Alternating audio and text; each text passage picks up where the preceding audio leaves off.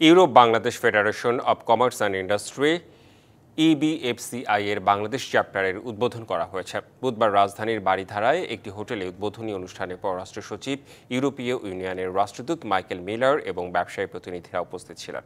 বক্তারা জানান, বাংলাদেশ ও ইউরোপের মধ্যে অর্থনৈতিক, বাণিজ্যিক ও বিনিয়োগ সম্পর্ক জোরদার করতে ইবিএফসিআই গঠন করা হয়েছে।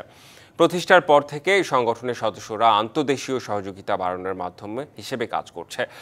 সংগঠনের বাংলাদেশ চ্যাপ্টার গঠনের মাধ্যমে এই কাজে গতি আসবে বলে মনে করেন আয়োজকরা। ইউরোপের সাথে ব্যবসায়িক সম্পর্ক উন্নয়নে ইবিএফসিআই গুরুত্বপূর্ণ ভূমিকা রাখবে বলে আশাবাদ ব্যক্ত করেন পররাষ্ট্র সচিব আসাদ আলম সিয়াম। বলেন, এলডিসি পরবর্তী চ্যালেঞ্জ মোকাবেলায় ইউরোপের সাথে বাণিজ্যিক সম্পর্ক জোরদার করতে চায় সরকার।